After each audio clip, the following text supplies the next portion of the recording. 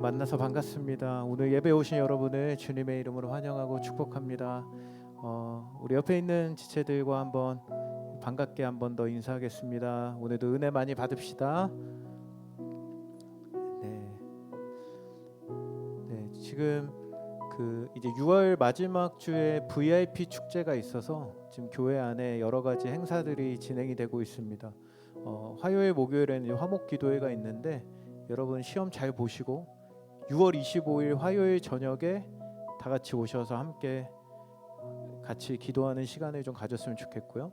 지금 금요일마다 특별 금요 성령 기도회가 진행 중에 있습니다. 지난주에 진짜 제가 너무 은혜를 받아가지고 우리 청년들이 더 많이 왔으면 얼마나 좋았을까라는 어떤 아쉬움이 있었어요. 근데 앞으로 3주 남았는데 여러분 시험 기간이지만 잠깐 바람 쐴 겸 이렇게 금요 예배 오셔서 3주 동안 또 큰 은혜를 받으시기를 간절히 소망합니다.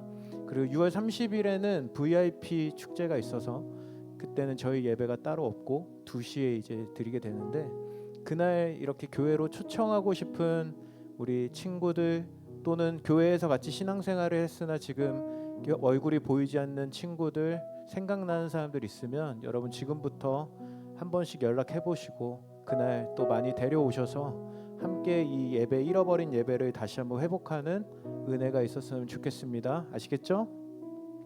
그리고 오늘 예배 후에 선교 OT가 있습니다. 선교 신청하신 분들 다 참석해 주시고 오늘 예배를 드리는데 갑자기 마음에 이상한 감동이 있어서 내가 선교를 가야겠다. 그런 분들은 제가 20만 원에 갈 수 있도록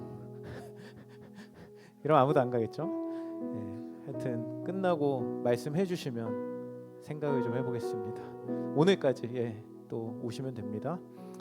오늘 붙잡아야 할 한 가지라는 제목으로 여러분과 함께 말씀을 나누기를 원합니다. 여러분 혹시 영화 알라딘을 다 보셨나요?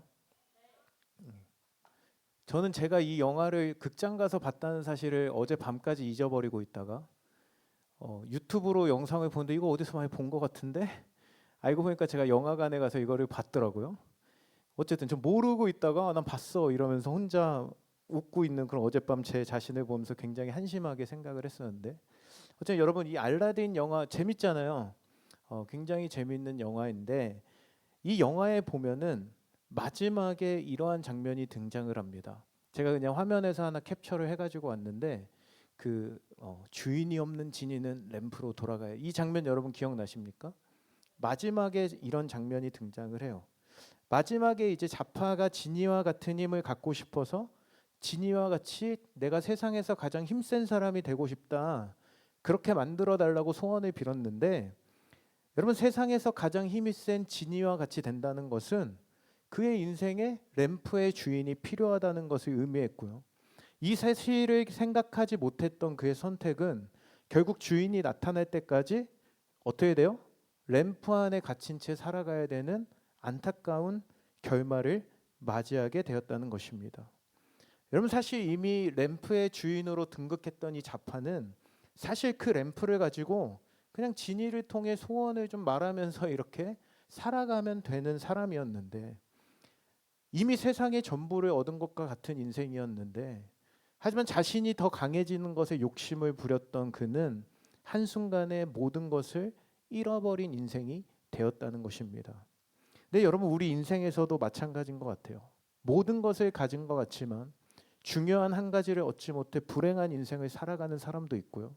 어떤 사람은 겉보기에 불행해 보이는 인생을 살고 있지만 가장 중요한 한 가지를 붙잡고 모든 것을 얻은 인생을 살아가는 사람들이 존재합니다. 근데 여러분 오늘 본문에는 세상의 모든 것이 다 이 오늘 본문의 주인공에게 주어진 것처럼 보였지만 무엇보다 중요한 것을 잡지 못해 모든 것을 잃어버린 한 사람이 오늘 말씀에 등장하고 있습니다. 여러분 저는 오늘 이 말씀을 통해서 우리가 붙잡아야 될 것을 붙잡는 우리 모두가 되기를 간절히 소망합니다. 여러분 오늘 17절 말씀을 보면은 이렇게 말씀을 하면서 오늘 본문이 시작되고 있습니다. 우리 같이 한번 읽어볼까요? 17절 시작. 예수께서 길에 나가실새 한 사람이 달려와서 꿇어 앉아 묻자오되 선한 선생님이여 내가 무엇을 하여야 영생을 얻으리이까. 여러분 오늘 본문은 누가 등장을 하고 있습니까? 예수님께 달려 나아오는 한 사람이라는 사람이 한 사람이라는 사람이 등장하는 장면으로부터 시작이 되고 있습니다. 그렇다면 여러분 여기서 우리가 생기는 질문은 무엇입니까? 여기 나오는 한 사람은 도대체 누구인가? 라는 질문을 하게 되는데 여러분 오늘 이 본문의 내용은 공간복음이라고 불리우는 마태복음 그리고 오늘 본문의 마가복음 그리고 누가복음 이 세 공간복음에서 동시에 등장하고 있는 본문이라고 할 수 있습니다. 근데 여러분 재밌는 것은 각 성경마다 이 한 사람을 표현하고 있는 그 설명이 다르다는 거예요. 마태복음은 이 사람을 뭐라고 표현하고 있냐면 젊은 청년이다라고 표현하고 있습니다. 자, 일단 이 한 사람의 프로필이 무엇입니까?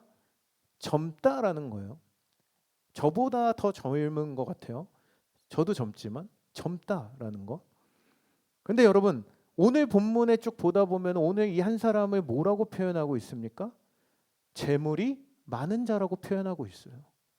일단 뭐예요, 여러분? 젊은데 돈이 많다. 별 감흥이 없으신가요? 젊은데 돈이 많아요. 상당히 부러워지기 시작합니다.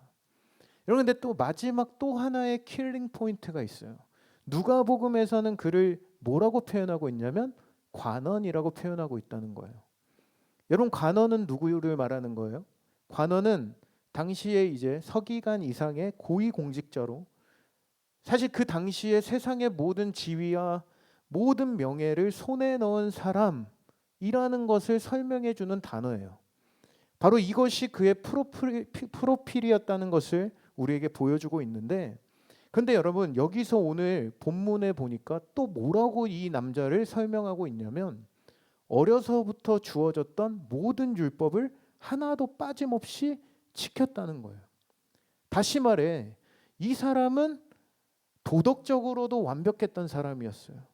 근데 여러분 종교적 열심도 가지고 있는데 그 안에 또 한 가지 갖고 있었던 게 무엇이었냐면 오늘 방금 읽은 17절을 보니까 뭐라고 말하고 있습니까? 예수님께 내가 어떻게 해야 영생을 얻겠습니까? 라고 질문을 하고 있다는 겁니다. 여러분 세상적으로 볼 때 이 완벽한 한 남자가 지금 이 진리에도 목이 마른 사람이었다는 거예요. 여러분 쉽게 말해 믿음 있는 우리 자매들의 최고의 이상형이라고 할 수 있는 교회 오빠보다 더 교회 오빠인 이 남자가 바로 이 남자였다는 거예요. 물론 여러분 이 청년의 그 설명을 하면서 안타까운 것이 있다면 요한복음쯤에서 그가 어떻게 생겼다를 좀 설명을 해줬다면 흠모할 만한 외모를 소유한 청년이 예수께 나와 라고 말씀이 쓰여졌다면 이 사람은 진짜 완벽한 사람이었겠지만 어쨌든 여러분 외모를 빼고 모든 것이 완벽한 이 사기 캐릭터로 오늘 이 본문에 등장하고 있었던 게 바로 이 한 사람이었다는 겁니다. 여러분 이 시대에 갖추기 어려운 조건들을 다 가지고 있었어요. 그리고 심지어 겸손하기까지 합니다. 오늘 보니까 그가 달려나와 예수님 앞에 꿇어 앉았다고 성경은 표현하고 있다는 거예요. 여러분 여기서 꿇어 앉아라는 이 단어는 부정과거 능동태로 사용이 되어서 그의 모습을 지금 구체적으로 묘사해주고 있다는 겁니다. 여러분 스스로가 능동적으로 예수님께 찾아와서 무릎을 꿇었다는 거예요. 여러분 실제 무릎을 꿇는다는 것은 무엇을 의미합니까? 상대에 대한 복종과 존경에 대한 표시를 나타내고 있는데 여러분 젊은 나이에 누가 봐도 부러워할 만한 삶의 모든 조건을 갖췄던 이 한 남자 청년 젊은 청년이 심지어 신앙생활까지도 완벽했던 그가 오늘 주님 앞에 겸손히 무릎을 꿇었습니다. 여러분 이것이 지금 무엇을 우리에게 보여주고 있는 걸까요? 여러분 17절을 우리 다시 한번 집중해서 한번 읽어보도록 하겠습니다. 17절 시작. 예수께서 길에 나가실새 한 사람이 달려와서 꿇어앉아 묻자오되 선한 선생님이여 내가 무엇을 하여야 영생을 얻으리이까. 여러분 그의 고민 가운데 고백하는 이 질문은 단순한 질문이 아니었습니다. 내가 무엇을 하여야 영생을 얻으리까? 여러분, 그의 인생에 이 해결되지 않는, 지금 자신이 가지고 있는 지위, 자신이 가지고 있는 재물, 그리고 자신이 가지고 있는 젊음, 그리고 그의 신앙생활의 열심으로는 채울 수 없는 진리에 대한 배고픔을 가지고 있었다는 겁니다. 여러분, 사실 지금 낮 시간에 수많은 무리가 예수님과 함께 가고 있는 상황이었습니다. 그 상황 가운데 예수님께 나와 무릎을 꿇었다는 것은 사실 사회적으로 굉장히 높은 위치에 있었던 그가 자존심을 버려야 할 만큼의 이 엄청난 목마름의 그의 인생 가운데 존재하고 있었다는 거예요. 여러분, 실제로 요한복음 3장에 보면은 누가 등장하죠? 요한복음 3 처음 들어보시나요? 요한복음 3장이란 단어를? 요한복음 3장에 보면은 우리가 잘 아는 요한복음 3장 16절 말씀, 하나님이 세상을 이처럼, 이 말씀이 등장한단 말이에요. 근데 여러분, 이 대답이 누구와의 대화 이후에 등장하는 내용인지 아십니까? 니고데모와의 대화 이후에 등장합니다. 여러분, 요한복음 3장에 등장하는 이 니고데모도 그의 신분 또한 굉장히 당시에 영향력이 있는 바리새인이자 당시 산헤드린의 회원으로서 유대인들의 지도자의 역할을 하고 있었던 사람이었어요. 여러분, 그런데 그가 동시에 영생에 대한 질문을 품고 언제 예수님을 찾아가냐면요. 요한복음 3장 2절 한번 띄워주실래요? 요한복음 3장 2절에 보니까 뭐라고 말씀해요? 그가 밤에 예수께 와서 이르되.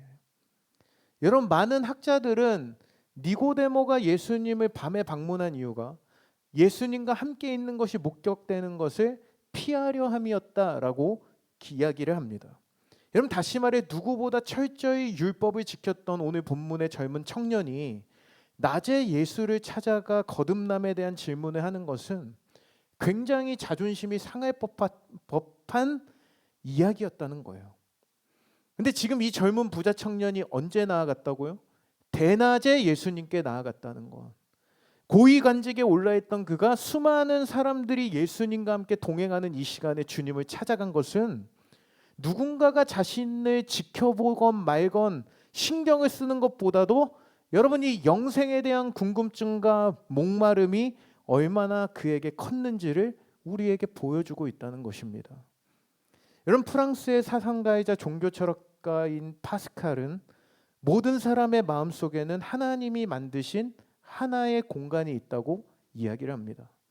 그리고 그것은 어떤 것으로도 채워질 수 없고 오직 예수 그리스도로만 채워질 수 있는 공간이다라는 이야기를 했어요. 여러분, 지금 이 젊은 남자가 젊은 시절 이미 그의 인생을 돈으로, 사회적 지위와 명예와 사회적 성공으로 자신의 마음의 그 목마름의 자리를 채워보려고 부단히 노력하며 살아왔다는 거예요. 그리고 이를 통해 얻게 되는 사람들의 인정과 사랑으로 그 목마름의 구멍을 메꿔보려고 합니다. 심지어 열심히 종교 생활을 하면서 하나님의 인정도 받아보겠다고 발버둥 쳐요. 그러나 그의 영혼의 문제는, 그리고 그 마음의 빈자리는 이 모든 것을 얻어도 아무리 그가 발버둥을 쳐도 채워지지 않는다는 것을 그의 인생 가운데 발견하게 된 것인데요. 여러분, 우리도 마찬가지 아닙니까? 화려한 인생과 돈과 권력과 성공과 손에 잡히는 무언가로 우리의 인생의 빈자리를 채워서 완성시켜 가는 데 급급한 인생을 살아가는 게 우리들의 인생입니다.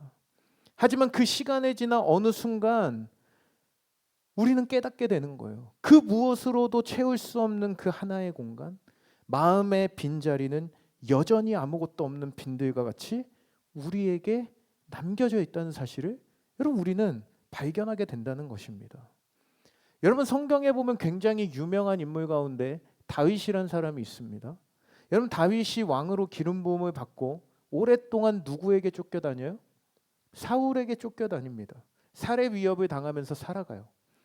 근데 오히려 그는 세상의 그 무엇으로도 채울 수 없는 하나의 공간, 영적인 구멍이자 인생의 갈증을 채우실 수 있는 분이 누구인지를 발견했어요.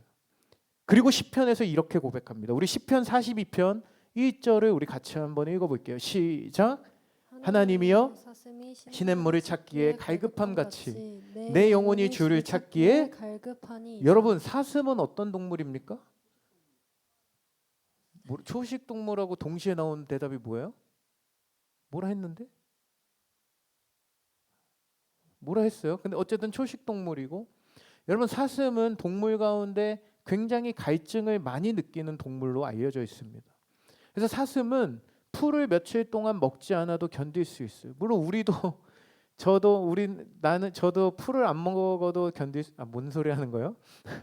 밥을 안 먹으면 뭐 어느 정도 견딜 수 있지만, 어쨌든 풀을 안 먹어도 견딜 수 있지만 물을 마시지 않고는 며칠도 견딜 수 없는 것이 사슴이라고 이야기를 합니다. 여러분, 그래서 지금 이 말씀에 목마른 사슴이 시냇물을 찾아 헤매이는 것은 단순히 목을 축이는 행위 정도에 국한되는 것이 아니라 사슴에게 있어서 그것은 죽고 사느냐의 문제였다는 거예요. 여러분, 오늘 이 다윗의 갈증, 다윗의 목마름은 바로 하나님에 대한 목마름이었습니다. 그가 왕으로 기름 부음을 받고 모든 것을 얻었지만 그럼에도 채워지지 않던 인생의 하나의 공간을 발견하고, 여러분 그 자리를 주님으로 메우기 위해 그 자신의 목마름으로 주님을 찾는 다윗의 그 간절한 하나님을 찾는 모습을 성경은 우리에게 보여주고 있다는 거예요. 여러분, 그런 다윗의 인생을 보면 어떻습니까? 실제로 왕으로 잘 나가던 때의 다윗은 밧세바를 범하며 실패한 인생을 살아갑니다. 하나님을 잃어버렸어요. 그러나 여러분, 다윗은 가장 어둠과 같던 시간 속에 구멍난 자신의 인생 가운데 사울에게 쫓기며 광야에서 숨어 지내던 그때 메울 수 없는 그 목마름을 해결하실 수 있는 하나님을 그토록 찾고 부르며 그 공간에 메어가던 사람이 바로 다윗이었다는 사실입니다.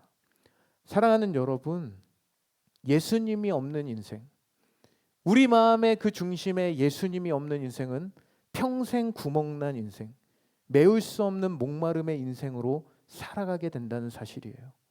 하지만 이 빈자리가 주님의 자리임을 깨닫고 주님께로 달려가는 자들에겐 비로소 그 부족함은 메워지고 주님만으로, 주님의 그 평강으로 채워진 인생으로 거듭나게 되는 줄 믿습니다. 여러분, 오늘 그 주님 앞에 나아가는 저와 여러분 되길 주님의 이름으로 축복합니다. 여러분, 이제 우리가 주목해야 될 것은 오늘 이 젊은 청년이 영혼에 대한 관심을 가지고 그 문제를 해결할 수 있는 완벽한 대상을 찾아낸 거예요. 예수님이라는 그 존재를 찾고 달려 나왔습니다. 그런데 지금 그는 결정적인 오류와 오해에 빠져 있었다는 것을 우리가 볼 수 있는데요. 그가 간절함을 가지고 있었고 예수님을 찾아 절실함을 가지고 찾아왔지만 오늘 그가 가지고 있었던 오류 때문에 변화를 경험하지 못한 그의 인생의 모습이 오늘 본문에 등장하고 있는데, 여러분 17절을 다시 한번 보시면 제가 밑줄 친 부분에 보니까 지금 그는 이렇게 질문하고 있어요. 선한 선생님이여, 내가 무엇을 하여야 구원을 얻겠습니까? 라고 지금 질문을 하고 있다는 겁니다. 여러분, 이 청년은 바로 어떠한 행위로 구원을 얻을 수 있겠냐는 질문을 지금 예수님께 던지고 있는 거예요. 무엇보다 지금 내가 무엇을 해야 되냐라는 것을 물어보는 겁니다. 여러분, 지금 이 질문의 주체가 누구였습니까? 바로 자기 자신에게 있어서 마치 자신이 무언가를 하면 구원이라는 선물을 받게 된다는 이 잘못된 전제로부터 이 사람의 인생 질문이 시작되고 있었다는 거예요. 여러분, 제가 예전에 유학 시절에 대학교 시험을 볼 때 기초 화성학 시험 시간에 저희 교수님이 문제를 실수로 잘못 내서 답이 없었던 적이 있었어요. 이런 질문이 나왔습니다. C키에서 다이어토닉 세븐스 코드가 아닌 것은? 저 이거 정답 아시는 분 계신가요? 땡. 자, C 코드 이거 맞추시는 분께 찬양팀을 할 수 있는 특권을 드리겠습니다. 자, C키에서 다이아토닉 세븐스 코드가 아닌 것은? 자, 음악 전공자 없습니까? 자, 정답은 잠깐만요. 알겠어요. 한번 기다려 볼게요. 나 물 한 모금만 마실게. 풀어보세요.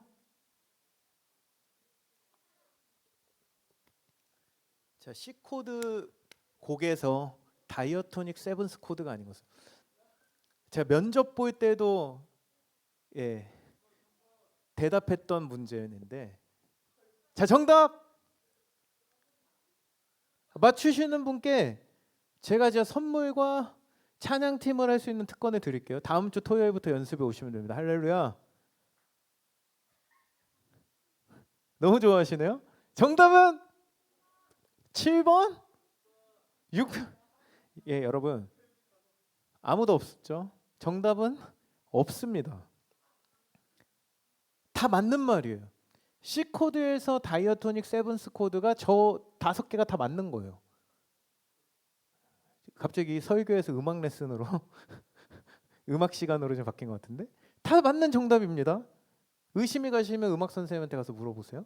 어쨌든 근데 여러분 아무리 풀려고 해도 아니 답이 없는데 뭘 풀라는 거야 하면 혼자서 그냥 궁시렁궁시렁 되면서 그랬던 이제 신기한 일이 벌어진 적이 있는데, 아마 교수님이 문제를 내시다가 실수를 했다라고 이제 판단이 되는데, 그래서 여러분 결국 시험이 끝나고 학생들이 컴플레인을 했고 결국에 모든 답을 정답으로 처리해 주셨던, 그래서 저는 어쨌든 맞았다 틀렸다?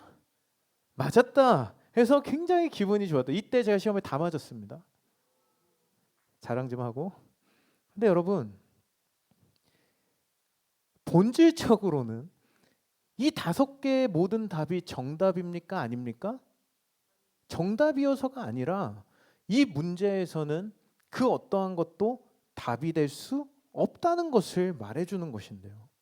여러분 오늘 그의 질문에 담긴 그의 전제 자체가 자기 자신에게 있었다는 거예요. 이 구원을 어떻게 얻는가라는 질문 앞에 내가 할 수 있습니다라는 자신에게 이 전제가 깔려 있었다는 겁니다. 어려서부터 모든 것을 얻기 위해 열심히 살았고 자신이 할 수 있는 모든 것을 했고 그가 얻을 수 있는 최고의 위치 정상까지 올라갔어요. 그리고 획득하려 했던 구원을 위해 모든 종교적 열심을 다했지만 이러한 열심으로는 모든 것을 얻은 것 같았지만 정작 영생에 이르는 구원은 획득하지 못했다는 것을 보여주고 있는 거예요. 여러분 그가 했어야 되는 질문은 무엇입니까? 내가 영생을 위해 무엇을 하리이까가 아니라 바로 이 주어가 내가 아닌 하나님께 있었어야 된다는 거예요. 주님, 나를 구원해 주십시오. 여러분 어떠신가요?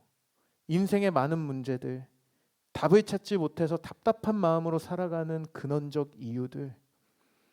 여러분 그래서 우리는 주님을 찾아가지만, 주님께 기도하지만 우리의 기도는 어떻습니까? 늘 나에게 머물러 있을 때가 너무나 많다는 겁니다.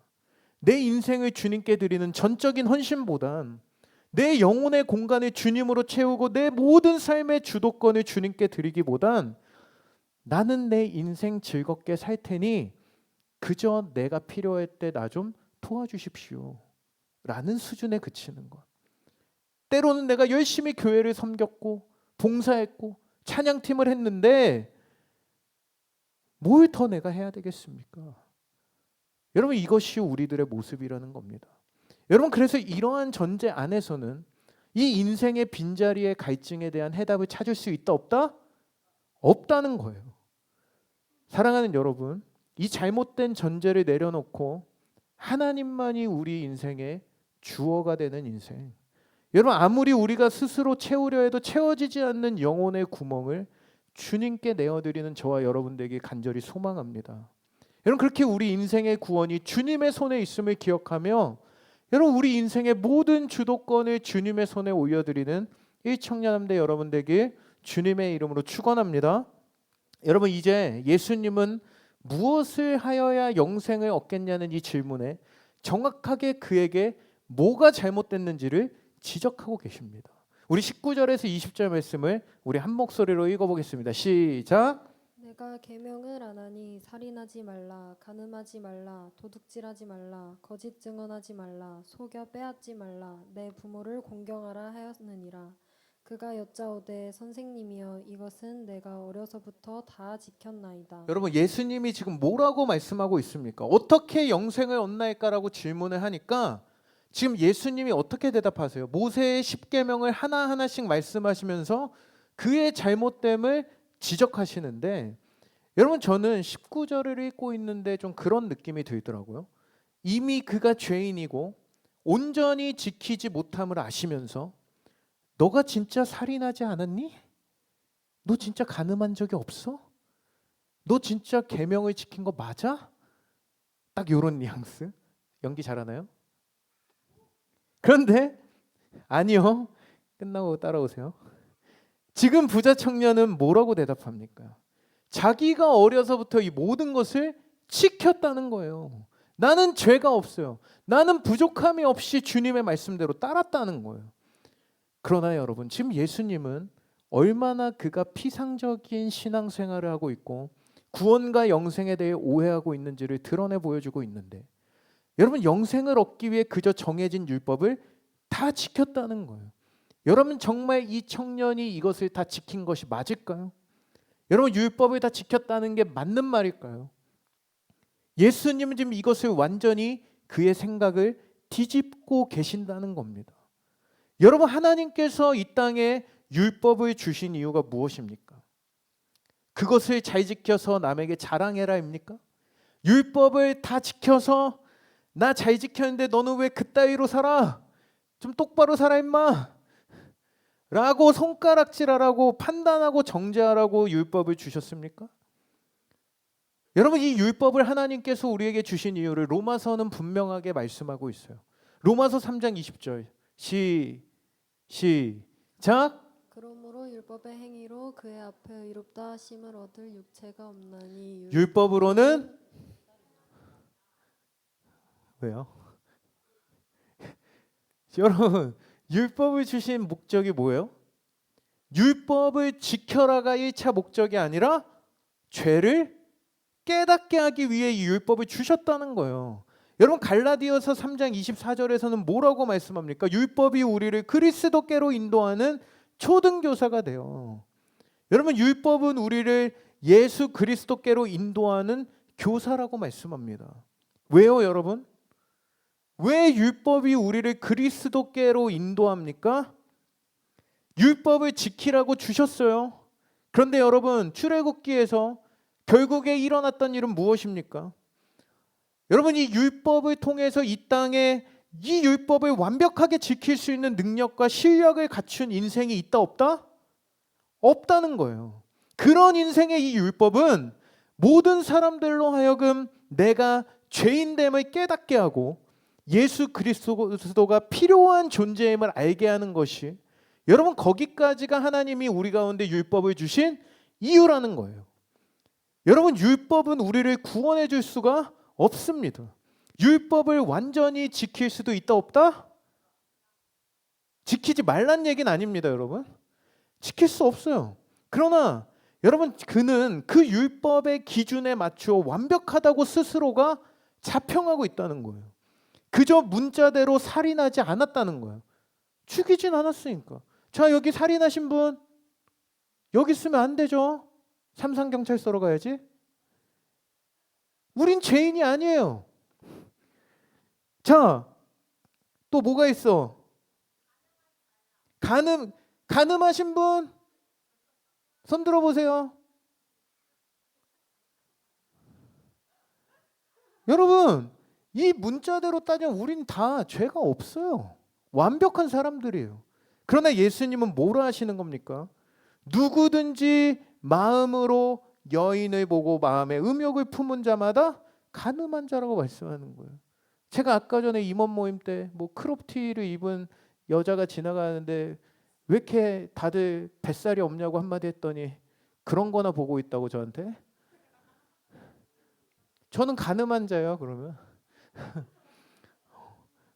여러분 마음의 형제를 야유하지 마시고 마음의 형제를 미워하는 여러분 미워하는 마음을 품기만 해도 살인한 자라고 말씀하고 있다는 거예요.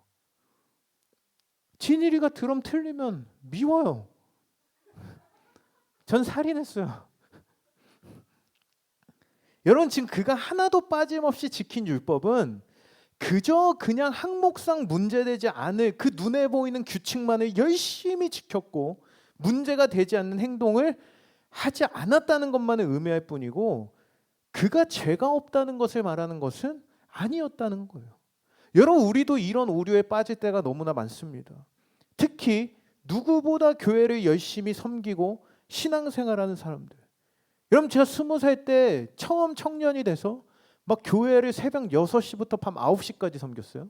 새벽 6시에 일부 성가대 연습 가서 일부 성가대 쓰고 일부 끝나면은 중고등부 교사로 가서 교사로 섬기고 나서 9시 예배 끝나고 나면은 11시 대예배 베이스 기타를 섬기고, 그게 끝나면 1시에 청년부 찬양팀을 섬겼고, 끝나고 나면은 이제 목장 모임을 하고 나서 저녁 예배 찬양팀까지 섬기고, 저녁 예배 끝나면은 부교역자들보다 빨리 출근했다가 같이 퇴근하는 놀라운 사역들을 매주 감당했습니다. 여러분, 그때 제 마음에 생긴 마음이 무엇인지 아십니까? 왜 쟤는 왜 안 하지? 쟤는 왜 열심히 안 하지? 혼자 제가 사람들을 판단하고 있는 거예요. 나는 의롭고 내 생각은 옳고 신앙생활을 오래 해도, 여러분, 하나님이 이 마음의 그 빈자리를 채워지는 것이 아니라 지식적으로만 하나님을 알아가기 시작하니까 하나님이 내 안에 살아서 역동하는 것이 아니라 내 좁은 생각의 프레임에 갇혀서 자꾸 내가 꼰대가 되어가는 거야. 쟤는 왜 저래? 여러분, 그런 생각을 우리가 품을 때마다 늘 우리 스스로를 경계해야 된다는 거예요. 할렐루야. 여러분, 오늘 그에게 빠져 있었던 단 한 가지는 내가 율법을 지켰습니다, 주님. 이게 아닌 주님만이 나의 구원이십니다. 내가 죄인입니다. 나도 주님이 필요합니다. 여러분, 이 믿음의 간절한 고백이었어야 한다는 것입니다. 여러분, 하나님이 예수 그리스도를 통해 여신 새로운 인생은 단순히 우리가 무엇을 하고 말아야 되는 어떤 그런 규칙에 의존한 삶이 아니라 바로 하나님의 사랑을 의존하는 삶, 주님께서 우리에게 베푸신 그 은혜에 날마다 기대어 그 은혜와 함께 누리는 그 풍성함을 누리는 인생, 그래서 그분과 날마다 사랑의 교제를 누리는 삶이 바로 그리스도인의 삶이어야 한다는 겁니다.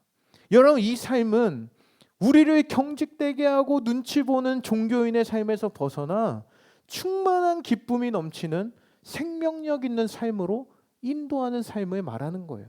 여러분, 그래서 요한복음 17장 3절은 이 영생에 대해 뭐라고 표현하고 있냐면, 우리 한번 같이 한번 읽어볼까요? 시작. 영생은 곧 유일하신 참 하나님과 그가 보내신 자 예수 그리스도. 여러분, 성경은 영생을 끊어서 미안해요. 율법을 지키는 것이다라고 말하지 않고 그리스도를 아는 것이다라고 정의하고 있다는 거예요. 할렐루야.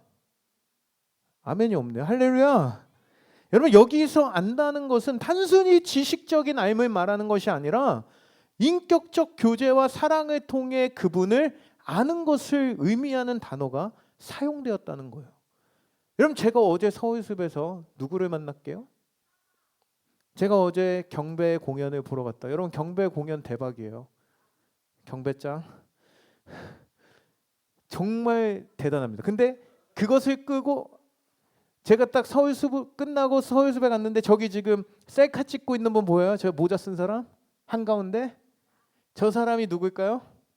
하하를 만났습니다, 여러분. 하하가 지나가는데 하이 하하. 여러분, 저는 하하를 진짜 잘 알아요. 친해요. 왜냐면 TV에서 많이 봤으니까. 걸음걸이만 봐도 쟤는 하하야. 물론 사실 제가 발견한 건 아니었죠. 제 앞으로 지나갔지만 저는 하하인지 몰랐지만 옆에 있던 친구가, 우리 누구였죠? 청년이 하하 아니야? 그래가지고 진일이었나요? 그래서 하하네. 걷는 게 하하예요. 그 딱 런닝맨에서 보던. 예. 그래서 이제 제가 가서 이제 사진 하나 찍어달라고 할까 하다가 괜히 창피해서 다가가지 못했는데, 여러분, 어쨌든 제가 하하를 너무 잘 알아요. 믿어주세요 어쨌든. 근데 여러분 이게 진짜 아는 거예요 여러분? 저 손흥민하고 친하거든요. 매주 손흥민 축구 보는 사이거든요. 굉장히 친해요. 근데 여러분 여기서 알다라는 것은 이런 알다라는 것을 의미하는 것이 아니라 실제로 교제하고 그도 나를 아는 관계적 상호작용의 관계를 의미하는 단어라는 것입니다. 여러분 실제 부자 청년이 예수님께 질문했던 이 영생을 얻다. 예수님께 질문했던 영생을 얻다의 이 동사는 미래적인 시점으로 사용해서 예수님께 질문하고 있었다는 거예요. 여러분 왜냐하면 지금 이 청년의 질문의 요지는 무엇이냐면 내가 이렇게 부자로 살다가 내가 이렇게 높은 직급에서 열심히 재밌게 살다가 죽음 이후의 영생을 얻으려면 무엇을 해야 됩니까? 라는 죽음 이후의 삶을 인식하고 있었다는 거예요. 근데 여러분 이 부자 청년의 미래적 시점에 대한 질문에 예수님의 대답은 정확하게 미래 시제가 아닌 현재 시대로 답변하고 계셨다는 거예요. 여러분 이것이 무엇을 뜻하는 거예요? 바로 영원한 생명. 이 영생은 죽음 이후의 미래적 삶에 제한된 것이 아니라 바로 지금 오늘 예수 그리스도와 함께 시작된 새로운 삶이라는 것을 우리에게 말씀해 주고 있다는 겁니다. 다시 말해 여러분 영생이란 우리가 죽음 이후에 맞는 그 영원한 삶만을 의미하는 것이 아닌 예수님이 오늘 우리에게 말씀해 주시는 영생은 바로 오늘 이 시간 이곳에서 내가 그분을 알고 그분과 뜨거운 사랑 안에 누리는 교제, 그분과의 연합을 통해 누리게 되는 참된 평안과 안식의 기쁨을 말씀하신 거예요. 여러분 오늘 이미 잘못된 전제에서 시작되었던 이 부자 청년의 행동들과 잘못된 이 영생에 대한 이해는 그의 삶이 날마다 그 도덕적인 강박에 사로잡히게 되고 나는 살인하면 안 돼, 살인하면 안 돼, 나는 간음하면 안 돼. 근데 크롭티가 보이고 이런 자기 억제를 막 스스로 누르며 누구보다 잘 지킬 때 영생을 얻는다고 여기던 그의 그 생각의 프레임, 고정된 생각으로 이끌게 되고요. 결국 그것이 주님과의 참된 사랑의 교제의 관계를 방해할 뿐만 아니라 그 영혼의 빈자리를 무엇으로도 채울 수 없는 오류에 빠진 채 살아갈 수밖에 없는 인생이었다는 거예요. 오늘 주님은 그런 그에게 완벽한 처방전을 내려줍니다.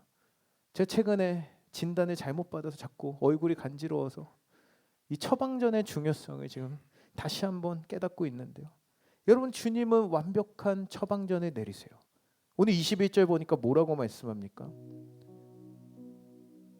예수께서 그를 보시고 사랑하사 이르시되 내게 아직도 한 가지 부족한 것이 있으니 가서 내게 있는 것을 다 팔아 가난한 자들에게 주라. 그리하면 하늘에서 너의 보화가 있으리라. 그리고 와서 나를 따르라고 말씀하셨어요. 예수님 뭘 하시는 거예요? 너가 그렇게 잘 살았다고 말하는, 너가 그렇게 잘 지켰다고 말하는 율법 가운데 너가 한 가지 부족한 게 있다는 것을 말씀하시는 거예요.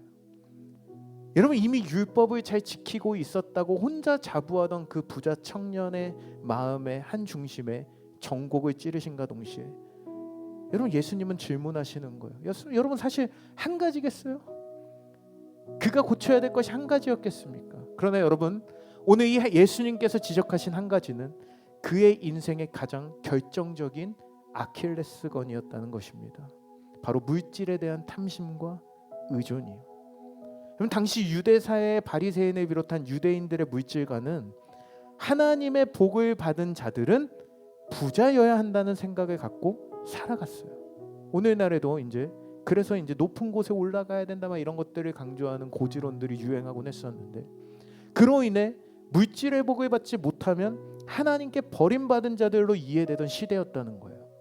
그럼 다시 말해 이러한 시대적 가치관 가운데 자신이 축적했던 부와 지위와 성공에 자연스럽게 집중될 수밖에 없는 그들의 인생의 모든 목적이 부를 거머쥐어야 나는 하나님의 축복을 받은 거라고 말할 수 있는 그것이 당시 시대의 문화였고 가치관이고 풍습이었다는 거예요. 그런데 여러분, 예수님은 오늘 질문하시는 겁니다. 여러분, 이것을 버리라는 것은 단순히 우리가 부자 되고 돈 많이 버는 것 자체를 하지 말고 가난하게 살라는 것이 아닙니다. 여러분, 돈 많이 벌어서 이 무대 좀 리모델링 좀 해주세요.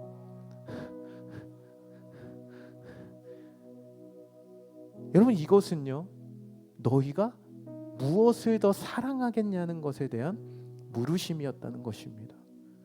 여러분, 오늘 주님은 질문하세요. 나와의 사랑의 관계의 굴레가 되는 것, 그것을 버리고 나를 따라올 수 있겠니? 사랑하는 여러분, 우리 또 저번에 저와 볼링을 쳤던 영욱이가 오랜만에 예배를 드리고 있는데, 여러분, 볼링의 헤드핀을 제거하면 모든 핀이 어떻게 되는 거예요? 연쇄작용으로 다 탕탕탕 넘어져요. 근데 저는 이상하게 가운데 굴려도 홍해를 가르듯 가운데만 이렇게 그래서 실컷 혼자 이건 스트라이크야 하는데 한 3개 넘어지고. 근데 여러분, 보통 이 헤드핀을 제대로 맞추면 모든 핀이 연쇄작용을 통해 다 쓰러집니다. 근데 여러분, 오늘 우리를 주님과의 사랑의 관계 안에 들어갈 수 없게 만드는 우리 인생의 가장 중요한 인생의 헤드핀은 무엇입니까? 여러분, 내가 열심히 섬겼는데요, 내가 열심히 지켰는데요, 내가 성경 몇 장 읽고 내가 1년에 성경 통독 몇 번을 했고 새벽기도 매일같이 나갔는데요, 여러분 잘하셨어요. 화이팅. 근데 여러분, 그렇게 한 근본적 이유가 지켜야 해서, 열심히 해야지 내 신앙심이 좋아 보여서, 오늘 나의 신앙의 그 바닥난 내 신앙의 모습이 누군가에게 들켜지는 것이 싫어서, 여러분, 이런 마음이 우리 안에 있지 않습니까? 그런데 여러분, 오늘 주님은 그런 것 말고 사랑의 관계를 요구하신다는 거예요. 보여주기 위한 신앙생활을 여러분 버리십시오. 형식적인 신앙생활, 형식적으로 이 자리에 왔다 가는 것, 그래도 여기 앉아있다 가야 내가 뭔가 복을 받을 것 같고, 여러분, 그렇게 살아가는 인생 너무 힘들지 않습니까? 좀 그냥 그러면 그냥 집에서 쉬는 게 낫지 라는 생각을 해요. 너무 힘들잖아. 주님 질문하시는 거예요. 너의 생각 안에 꽉꽉 자리했던 너의 그 생각의 프레임을 다 버리고 너는 나를 따를 수 있겠니? 너가 중요하다 여기는 그 가치를 다 내려놓고 나를 따라올 수 있겠니? 여러분, 제가 이제 저희 아이들이 좀 크면서 이제는 굉장히 중요한 룰과 규칙과 패턴과 시간 안에서, 저희 부부가 세운 규칙 안에서 살아갑니다. 예전에는 그냥 울면은 유튜브도 제가 보여줬어요. 엄마 몰래 욕은 제가 다 먹고. 근데 요새는 저도 굉장히 경계하기 시작했어요. 이제는 내가 제대로 하지 않으면 이 아이들을 망칠 수 있겠구나. 그래서 여러분, 그 아이들에게 규칙을 정하고, 또 이제 예전에는 유치원 끝나면 육아를 바로 해야 되는데 이제는 태권도장에 갔다가 또 태권도 열심히 하고, 요새 노란띠에 자기 이름 새겨져서 신나가지고 아빠 이거 봐라 막 이러면서 자랑하고 살고 있는데, 태권도도 가야 되고 또 학원 영어 수업도 하고 굉장히 열심히 살아가고, 저보다 더 열심히 살아요. 근데 여러분, 제가 이제 온세계교회에서 굉장히 바쁘게 사역을 하다가 최근에 한번 일찍 좀 들어갔는데, 저는 이 아이와 관계를 맺고 싶고 이 아이와 그동안 함께 보내지 못한 시간을 보내고 싶었는데, 막상 집에 갔는데 집에 없어요. 그래서 어디 갔나 보니까 학원에 가 있고. 7살인데 나 7살 때 학원 안 다녔는데. 어쨌든 여러분, 그러다 보니까 아이가 돌아오면 저는 이 아이와 관계를 맺을 시간도 없이 자러 들어가야 되는 시간이 오는 거예요. 제가 놀자고 하면 자야 된대요. 아빠는 설거지나 해. 알았어 임마. 여러분, 부모와의 관계는 열심히 이 규칙 안에서 산다고 되는 것이 아니라 함께 해야 사랑의 관계가 되는 거죠. 함께 시간을 보내야 저와 사랑의 기억과 추억이 쌓이는 관계 아니겠습니까? 여러분, 우리는 이 땅의 가치만을 위해 살아가는 인생이지만 하나님은 그런 우리를 사랑하셔서 참된 이 사랑의 관계를 맺고 싶어서, 여러분, 우리는 앞만 보고 달려가는 그러한 이 땅에 속한 삶을 살아가는 우리를 향해 여러분, 예수님은 하늘로부터 우리 가운데 이 세로선을 그어주셨다는 거예요. 끊어져 있던 하늘과 땅의 관계를 다시 한번 연결해 주셨어요. 여러분, 그것이 무엇입니까? 바로 십자가죠. 그리고 이 십자가를 통해 영생과 더불어 끊어졌던 우리 관계를 새롭게 이어주셔서 여러분, 죽어야만 천국에 가는 그런 인생이 아닌 오늘 이 땅에서 천국을 누리는 삶, 주님 때문에 만족하고 주님 때문에 기뻐하며 참 평안을 얻는 영생하는 인생으로 우리를 만들어주시고 초대하셨다는 거예요. 그렇기 때문에 우리는 뭘 하면 돼요? 그 초대에 그저 응하며 이 중요한 부르심 가운데 주님의 부르심을 붙드는 싸움을 싸우며 살아가면 된다는 것입니다. 가장 중요한 것을 붙들면 여러분, 모든 것은 열리게 되어 있다는 것이죠. 여러분, 오늘 말씀을 정리하면 딱 한 가지 질문으로 정리가 될 것 같아요. 네 힘으로 살래? 내 힘으로 살래? 여러분, 누구의 힘으로 사시겠습니까? 우리 22절 마지막 본문은 그런데 우리에게 참 안타까운 결론을 보여주고 있어요. 같이 한번 읽어볼게요. 시작. 그 사람은 재물이 많은 고로 이 말씀으로 인하여 슬픈 기색을 띠고 근심하며 가니라. 여러분, 주님이 우리를 부르실 때 여러분은 슬픈 기색을 띠고 근심하며 나아가게 만드는 그런 인생의 우선된 가치가 무엇이 있습니까? 여러분, 저는 오늘 우리 모두가 근심하여 저 문 밖으로 나가는 인생이 아닌 슬픈 얼굴로 주님, 내가 그것을 할 수 없겠는데요 라고 말하며 도망가는 인생이 아닌 오늘 이 시간이 저는 주님, 주님만이 내 인생의 왕이십니다. 나는 주님만이 필요한 존재입니다. 주님께 내 인생의 가장 중요한 자리, 내 마음의 한 자리를 내어드리오니 채워지지 않았던 내 영혼의 갈증을 주님 오늘 채워주십시오. 여러분, 이렇게 기도하고 결단하며 나아가는 우리 청년함대 모두가 되기를 주님의 이름으로 축원합니다. 우리 한번 오늘 이 말씀을 붙들고 주님께 한번 나아갔으면 좋겠어요. 오늘 이 찬양의 고백을 드릴 때 여러분, 우리 마음에 내가 살아가면서 느끼지 못했던, 근데 뭔가 살아가면서 문득문득 찾아왔던 그 내 마음의 텅 빈 그 자리의 공허함을 느껴본 적이 있다면 오늘 그 자리를 예수님으로 채워가는 저와 여러분 되기를 소망하면서 우리 그 자리에 다 한번 일어나 볼까요? 우리 일어나서 우리 이 찬양의 고백으로 우리 주님 앞에 한번 나아갔으면 좋겠습니다.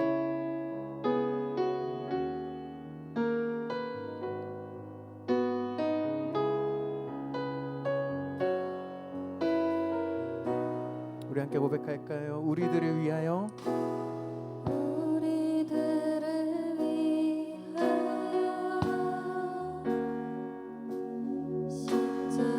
십자가에 못 박혀 우리 가사를 묵상하며 고백하겠습니다. 모든 죄를 용서하사 의인 삼아 주신 주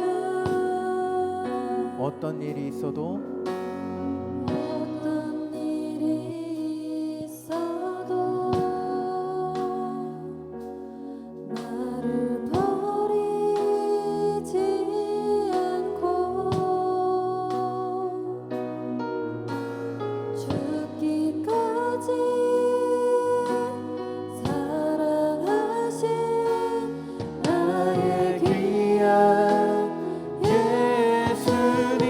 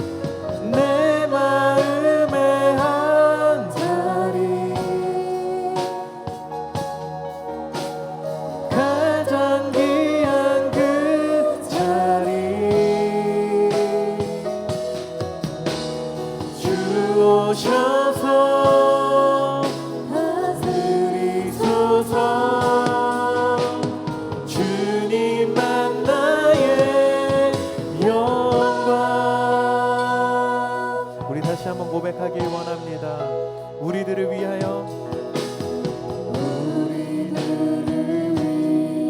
오늘도 그 주님께서 우리 가운데 찾아와 주셨습니다. 십자가에 못 박혀 우리의 죄를 사하시기 위해 모든 죄를 용서하사 의인 삼아 주신 주 어떤 일이 있어도 어떤 일이 있어 오늘 그 주님은 우리를 버리지 않습니다. 나를 버리지 않고 죽기까지 사랑하신 나의 귀한 예수님 내 마음의 한자리 내 마음의 한자리 가장 귀한 그 자리 주 오셔서 앉으소서 주님만 나의 보배 주님 내 마음의 한자리 내 마음의 한자리 가장 귀한 그 자리 주 오셔서 다스리소서 주 우리 다시 한번 우리의 마음의 그 빈자리를 주님 앞에 내어놓습니다. 내 마음의 한자리 내 마음의 한 우리의 가장 귀한 우리 마음의 한자리를 주님께 내어놓습니다.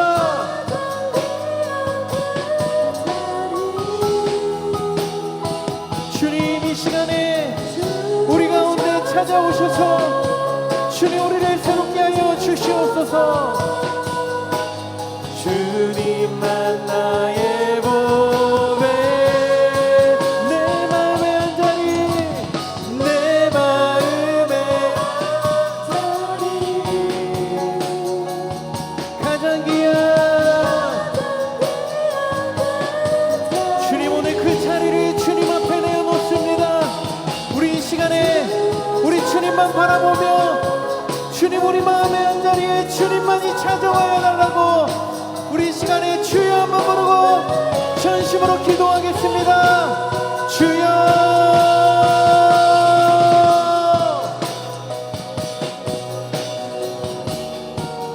주님 오늘 우리 안에 주님 그 빈자리 주님의 자리입니다. 주님 오늘 이 시간에 우리 가운데 찾아와여 주셔서 주님 우리를 새롭게 하여 주시옵소서. 주님